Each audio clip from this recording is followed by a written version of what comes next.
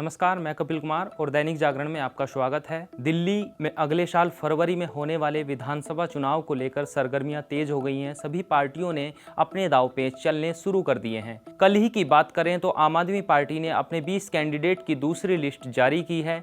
इससे पहले आम आदमी पार्टी ने अपनी पहली लिस्ट में 11 उम्मीदवारों के नाम की घोषणा की थी। दरअसल हम चर्चा करेंगे मुस्तफ़ाबाद सीट की, क्योंकि कल आम आदमी पार्टी ने मुस्तफ़ाबाद सीट से जहां आदिल खान को मैदान में उतारा है, तो वहीं मंगलवार को ओवैसी की पार्टी AIMIM ने मुस्तफ़ाबाद सीट से ताहिर हसन को मैदान में उतारकर इस मुकाबले को बेहद रोचक बना दिया है। क्योंकि ताहिर हसन काफ़ी चर्चा में रहा था। दिल्ली दंगों में ताहिर हसन का नाम काफ़ी चर्चा में इसलिए रहा क्योंकि दिल्ली दंगों का आरोपी ताहिर हसन को ही बताया जाता है और ताहिर हसन उस दंगे की आरोप में अभी तक जेल में ही है। 2020 से ताहिर हसन लगातार जेल में बंद है और अब चर्चा ये आ रही है कि ताहिर हसन जेल से ही चुनाव लड़ेंगे। ओवैसी ने ताहिर हसन को मैदान में उतार दिया है, लेकिन यहाँ महत्वपूर्ण बात यह हो जाती है 2015 में मुस्तफ़ाबाद सीट पर इसी तरह रोचक मुकाबला हुआ था, क्योंकि ये सीट जो है ये मुस्लिम बाहुल्य सीट मानी जाती है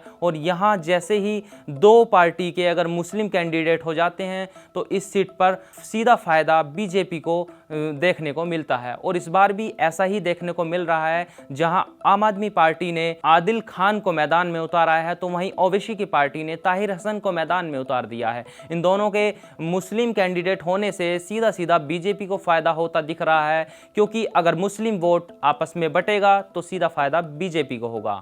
आइए अब हम बताएंगे आपको कि ताहिर हसन कौन है। ताहिर हसन यूपी के अमरोहा का रहने वाला है। ये 20 साल पहले दिल्ली में आया था।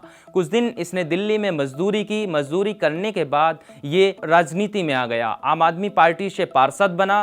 पार्षद बनने के बाद अब ये ऊंची छलांग लगाने की तैयारी में है। भले ही जेल में है, लेकिन ओवैसी की पार्टी इसको चुनाव लड़ाने की तैयारी कर रही है। दरअसल ताहिर हसन के मैदान में आने से आम आदमी की टेंशन बढ़ गई है। आम आदमी की टेंशन इसलिए बढ़ रही है क्योंकि अगर ताहिर हसन चुनाव मजबूती से लड़ते हैं तो सीधा सीधा बीजेपी को फायदा हो सकता है, क्योंकि मुस्लिम वोट अगर बटा तो आपको नुकसान होने के पूरे आसार दिख रहे हैं। नमस्कार।